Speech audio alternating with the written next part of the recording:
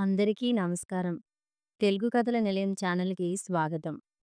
దేవుడి ముందు దీపం వెలిగించి, చిన్న బెల్లం ముక్కొకటి నైవేద్యం అంటూ చేయాలా చూపించి, "బామ్మ ప్రసాదం పెట్టవా?" అంటూ దగ్గరికొచ్చిన మనవరాలి చేతిలో ఓ పెసరు విదిల్చి, మిగతాది నోట్లో వేసుకుంటూ సావిట్లోకొచ్చింది కామేశ్వరమ్మ. గోడ గడియారం 10 గంటలు చూపిస్తోంది. అబ్బా! ఇప్పటికి తెమిలింది. తెగ పాటుపడిపోయినట్టు మొహం పెట్టి గబాల్న సోఫాలో కూలబడింది కామేశ్వరమ్మ.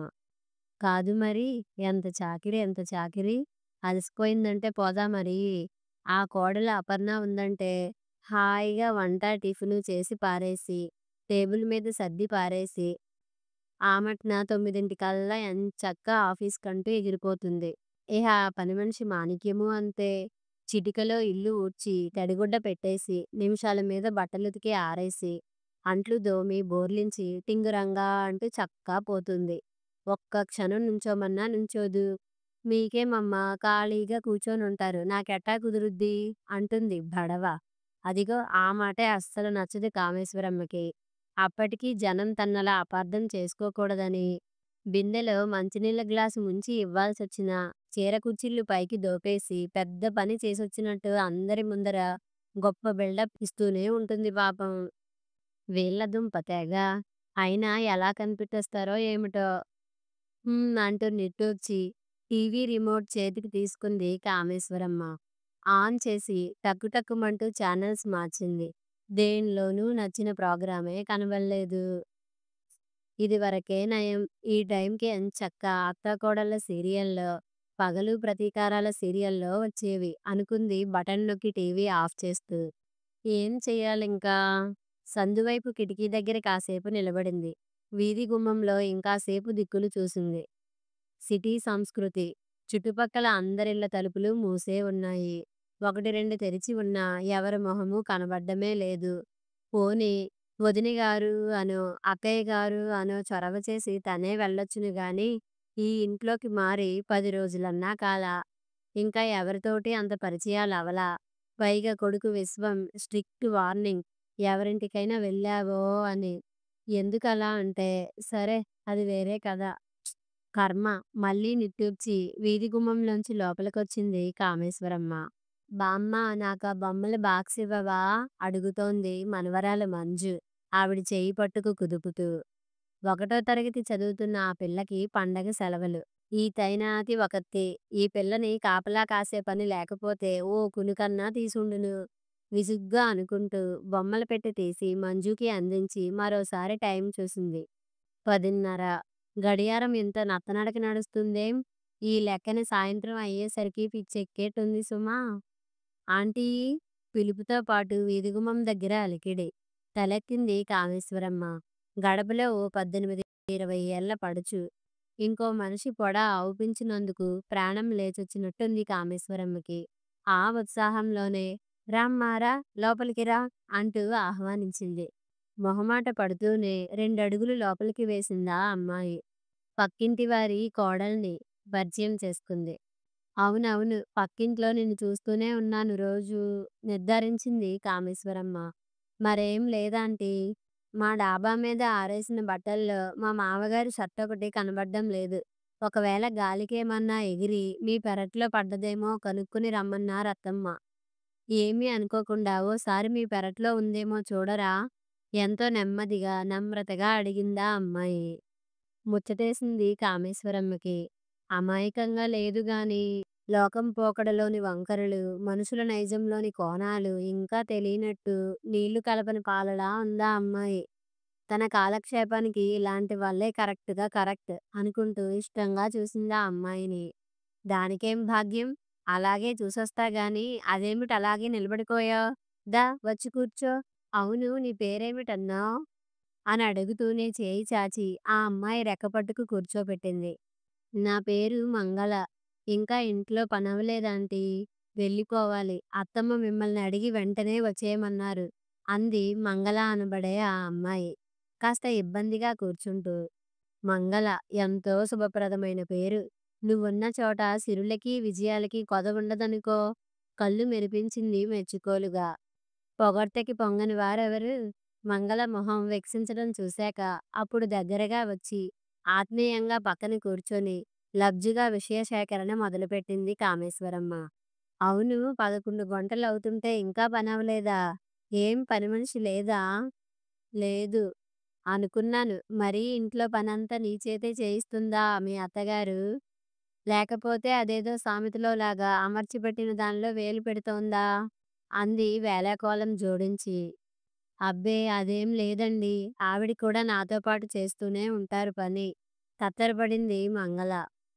అమ్మో! అత్తగారి మీద మాట పడనివ్వవేం, మంచిదానివే అని నవ్వి, నిన్ను చూస్తే నా మనవరాల్ని చూసినట్టే ఉంది అంటూ మంగళ మంజువైపు చూడ్డం చూసి, ఈ బుడంకాయ్ కాదులే, అది నా కూతురి బిడ్డ. ఇప్పుడు ఈ దేశంలో లేదు. పెద్ద చదువు చదవటానికి పైదేశం వెళ్ళింది. విద్యల్లో సరస్వతీదేవే అనుకో. నీ మొహంలోనూ అదే కళ.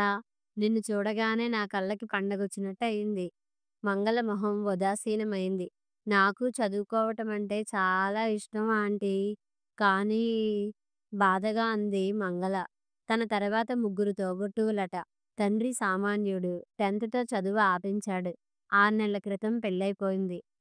విచారం వెలిబుచ్చింది కామేశ్వరమ్మ. నిన్ను చూసినప్పుడల్లా అనిపిస్తుంది. హాయిగా ఏ బాదరబందీ లేకుండా స్వేచ్ఛగా సీతాకోక చిలకలా ఉండాల్సిన వయసు. ఇలా సంసారంలో చిక్కుకొని బకెట్లు మోస్తూ, బట్టలు ఉతుకుతూ, అత్తగారి అరుపులు, ఆరళ్ళు భరిస్తూ, పంజరంలో చిలకలా, జాలితో మాటలు రావటం లేదన్నట్టుగా ఆపింది కామేశ్వరమ్మ. ఆవిడలా ఆయాచితంగా అభిమానం కురిపిస్తుంటే, ఇందాకట్లా అంత సీనేం లేదు అని అడ్డు చెప్పబుద్ధి కాలేదు మంగళకి. అదీగాక అత్తగారనంగానే సహజంగానే కొద్దో గొప్పో వ్యతిరేక భావం ఉండనే ఉంటుందయ్యే. మంగా! అత్తగారి కేక. మంగళ చేతికి పెరట్లోంచి తెచ్చిన షర్టందిస్తూ, మంగా ఏమిటి తుంగలాగా, నిక్షేపం లాంటి మంగళ అన్న పేరు పెట్టుకుని మూతి విరిచింది కామేశ్వరమ్మ. హడావిడి పడుతూ పరిగెత్తింది మంగళ. ఆ రోజు సోమవారం. మర్నాడు అదే సమయం పెరట్లో 4 వైపులా వెతుక్కుంది కామేశ్వరమ్మ. పక్కవాళ్ళ వస్తువేదైనా పడి ఉండొచ్చు గదా అని. అలాంటిదేమీ లేదుగాని అదృష్టవశాత్తు ఆవిడకు కావాల్సిన సాల్తీ పక్క డాబా మీద కనబడింది. వడియాల పిండి చేత్తో ముంగుర్లు వెనక్కి తోసుకుంటూ పిట్టగోడ దగ్గర నిలబడింది మంగళ. ఈవిడ్ని చూసి నవ్వింది పలకరింపుగా. రమ్మన్నట్టు చేత్తో సైగ చేసింది కామేశ్వరమ్మ. గంట తర్వాత ఎంటరయింది కామేశ్వరమ్మ ఎదరికి మంగళ. ఎండలా మండిపోతుంటే మేడ మీద వడియాలు పెడుతున్నావా? అయ్యో! మొహమెలా కమిలిపోయిందో చూడు అంటూ లేని చెమటని పమిటె కొంగుతో అద్ది, అవును, నిన్నిట్లా మాడబెట్టి మీ అత్త మహారాణులంవారు ఏం చేస్తున్నారట? కూలర్ వేసుకుని విశ్రాంతి తీసుకుంటున్నారట అంది దీర్ఘం తీస్తూ. ఆవిడ చూపుతున్న ఆదరణకి పులకించిపోయి, సానుభూతికి వెటకారం జోడించిన ఆవిడ ధోరణికి చిరునవ్వు నవ్వింది మంగళ. లేదాంటీ, అత్తమ్మకి మోకాళ్ళ నొప్పులు. మెట్లెక్కలేదు అంది. అవునవును, మంగళాన్ని చూసి ఎద్దు కాలు కుంటిందని ఎదుటివాళ్ళు మెత్తమెత్తగా అవుపడుతుంటే లేని నొప్పులన్నీ అలాగే బయటికొస్తాయి ఎవరికైనా. నేనన్నానని కాదుగాని, కోడలివి కాబట్టి నిన్నింత ఎండలో పైకి పంపగలిగింది గాని, అదే కూతురైతే పంపునా? ఇదే మరి వలపక్షం అంటే. పిచ్చిపిల్లవి, నీకేం తెలుసు? అమ్మా, అత్త ఒకటేననుకుని ఒళ్ళు విరుచుకుంటున్నావు. ఈ రకంగా మెతకదనం చూపించావంటే ఆనాక అన్ని పనులు నీ నెత్తికెత్తి నడ్డి విరిచేస్తుంది మీ అత్త. తన మాటలు వింటోందా లేదా అని ఓ క్షణం ఆగి, పరవాలేదు, బుర్ర పెడుతోంది అనిపించాక నీ మేలుకోరి చెబుతున్నానే తల్లీ. కాస్త నువ్వూ గడుసుతనం నేర్చుకో. ఎంతసేపు నువ్వే విరిగి ముక్కలవక కొన్ని పనులు నాకు చేతకావను. తెలివిగా ఆలోచించి తప్పించుకుంటూ ఉండు. పావుగంట సేపు ఇలాంటివే ఏవేవో చిట్కాలు, యుక్తులు భక్తిగా వింది మంగళ. నెమరు వేసుకుంటూ ఇంటికి వెళ్ళింది. ఆ రోజు మంగళవారం. అప్పుడే ఆఫీసు నుంచొచ్చి జోలు విడుస్తున్న అపర్ణతో, వచ్చావా తల్లీ? పొద్దుట్నుంచి నీ కూతురితో వేగి వేగి నీరసమొచ్చిందనుకో. ముందు నాకాస్త టీ పెట్టిద్దు అని పురమాయించి మంజు చేసిన ప్రతి చేష్ట గొప్ప నేరంగా వర్ణిస్తూ చెప్పే లోపల చేతికి టీ కప్పొచ్చింది. అది పుచ్చుకొని వరండాలోకొచ్చింది కామేశ్వరమ్మ. సరిగ్గా అప్పుడే మంగళ అత్తగారు శ్యామలాంబగారు వీళ్ళ ఇంటి ముందు నుంచి వెళ్తూ కామేశ్వరమ్మని చూసి ఆగి చిరునవ్వు నవ్వింది. మీరొచ్చినప్పటినుంచి పరిచయం చేసుకుందాం వెళ్ళి అనుకుంటాను. కుదిరింది కాదు అంది. కొత్త స్పెసిమన్‌ని చూసిన సైంటిస్టులా వెలిగిపోయింది కామేశ్వరమ్మ మొహం. రండి రండి అంటూ ఆహ్వానించింది. జనార్దన స్వామి కోవెల్లో దేవీ మహత్యం పురాణం చెబుతున్నారు. అక్కడికని బయలుదేరాను. మరోసారి వస్తాను ఏమనుకోకండి అని. పోనీ ఈ పని అయిపోతే మీరు నాతో పాటు రాకూడదూ? దగ్గరే గంటలో వచ్చేయొచ్చును అంది. కామేశ్వరమ్మ అపర్ణ వైపు చూసింది. క్షణం తటపటాయించిన దేవాలయ సందర్శనం, ప్రవచనంలోని సుభాషిత శ్రవణం మంచి కాలక్షేపమే కదా వెళ్ళి రండి అంది అపర్ణ. పాపం పిచ్చి అపర్ణ ఎంత అమాయకురాలో. గుడికి వెళ్తే దేవుణ్ణే తలుచుకుంటూ కూర్చోవాలని ఏమన్నా రూలా? ఎవరి ఇష్టం వాళ్ళది. కామేశ్వరమ్మ తీరు కామేశ్వరమ్మది. శ్యామలాంబతో పాటే గుడికి వెళ్ళిందా? ఆవిడతో పాటే ప్రదక్షిణాలు నమస్కారాలు పూర్తి చేసిందా? ఆవిడతో పాటు పురాణం చెబుతున్న మండపంలో స్థిరపడిందా? అంతే. ఆ తరువాత శ్యామలాంబతో పాటు కథలో లీనమవటం మాత్రం కామేశ్వరమ్మ వల్ల కాలేదు. ఓ పావుగంట సేపు ఎలాగో ఓపిక చేసుకొని కుదురుగా కూర్చోగలిగింది. ఆ తరువాత చెవులకి ఆ ప్రవచనం వినబడలేదు. కళ్ళకి ఆ చెప్పే శాస్త్రిగారు కనబడలేదు. ఊహూ లాభం లేదు. పొజిషన్ మార్చాల్సిందే. మెల్లగా పక్కకి తిరిగి స్వరం తగ్గించి అక్కయ్యగారు అంటూ శ్యామలాంబని మాటల్లోకి దింపేసింది. స్తంభానికి ఆనుకు కూర్చోవచ్చునని అందరికీ కాస్త వెనకన ఎడంగా కూర్చోవడం మంచిదైంది. ఇష్యూ అంటూ పక్కవాళ్ళు మొహం చిట్లించుకోకుండా. శ్యామలాంబ కూడా మొదట పురాణం వినటానికి వీలవకుండా ఉందే అని కాస్త అయిష్టంగా ఉండి ఆవిడ చెప్పే వాటికి ఊ ఊ అని ఊకొట్టే ఊరుకుంది గాని మెల్లమెల్లగా తాను మాటల్లోకి దిగిపోయింది. ఊసుపోక కబుర్లుకున్న అయస్కాంత శక్తే అది. అందులోనూ కామేశ్వరమ్మ చెప్పే ఊసులకి ఉపదేశాలకి మరీ రుచెక్కువ. 5 నిమిషాల పాటు ఎవరితోనైనా మాట్లాడిందంటే వాళ్ళు ఈవిడ నా శ్రేయాభిలాషి అనుకుని తీరాల్సిందే. ఇంట్లో వంట మీ కోడలే చేస్తుందా అక్కయ్యగారు? సాధారణంగా అడిగినట్లడిగి, అబ్బే దాని మొహం చిన్నపిల్ల. అప్పుడే దాని చేతికి గరిటెక్కడ అప్పగించను. నేనే చేస్తాను. నా చేతి కింద అవి ఇవి అందిస్తూ ఉంటుందంతే అన్న శ్యామలాంబ సమాధానం పట్టుకుని ఇక తనదైన తరహా బోధన మొదలుపెట్టేసింది. అయితే కోడలికి కూడా కూర్చోపెట్టి వండి పెడతారన్నమాట. ఎంత మంచితనమండి మీది అని పొగిడి అంతలోనే మొహం అదోలా మార్చి, కానైతే ఒక్క విషయం గుర్తుపెట్టుకోండి అక్కగారు. పెద్దదాన్నో చిన్నదాన్నో అనుభవం కొద్దీ చెప్తున్నాను. మొక్కై వంగనిది మానై వంగుతుందా అని. మీరిప్పుడు కోడల్ని పసిపిల్ల, బుజ్జి పాపాయి అంటూ గారం చేసి బుజ్జగించితిరా, ఆనాక ఏకు మేకే మొండికేయొచ్చును. అవసరానికి ఇది చెయ్యమ్మా అంటే చెయ్యలేననవచ్చును. చేతకాదని తప్పించుకోవచ్చును. అది ఇది కాదని ముసుగుతన్ని పడుకోనూ వచ్చును. ఆ ఆటలలాగే సాగనిచ్చారంటే మెల్లమెల్లగా మిమ్మల్ని పనిమనిషిని చేసేస్తుంది.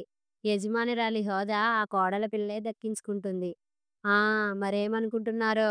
అందుకని నేను చెప్పేదేమిటంటే మీరిప్పటినుంచి జాగ్రత్త పడమని. కోడల్ని చేయి దాటి పోనీకుండా అదుపు ఆజ్ఞలో పెట్టుకోండి.